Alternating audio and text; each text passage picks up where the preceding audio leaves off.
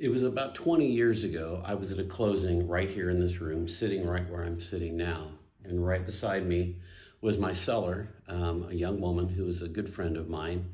And she was going through a divorce, and her name was the only name that was on the mortgage. So she was the only one here signing. Her soon to be ex husband was not here. And as I was chatting with the realtor across the table from me, I saw something fall and hit the paper that my client was signing. And I looked up, it looked like something had fallen from the ceiling. And I looked up and saw nothing. And I looked back at her, and she was turned a little away from me, but I noticed she was frozen with that ink pen in her hand. And then something fell and hit the paper again. And I realized they were tears. She was crying.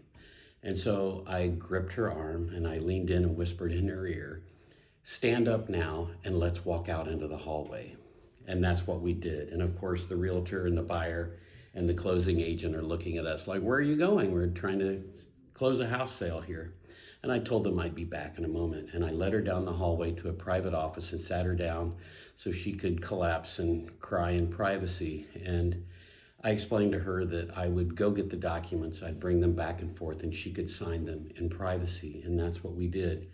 And I think about her every time I'm in this room because, she wasn't crying about the house. She wasn't upset at losing the house. It's that the sale of the house was that last piece of evidence that their marriage didn't work.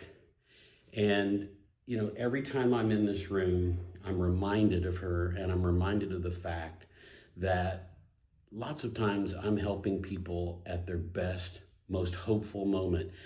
They've just saved enough money to buy their first house, or they just got married and they're buying their first home together, or they've just had a baby and they need more space.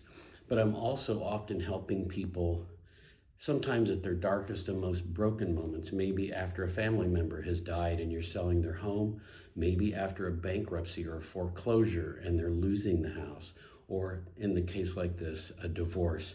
And it's always good to be reminded that often what's happening in this room is not about a house.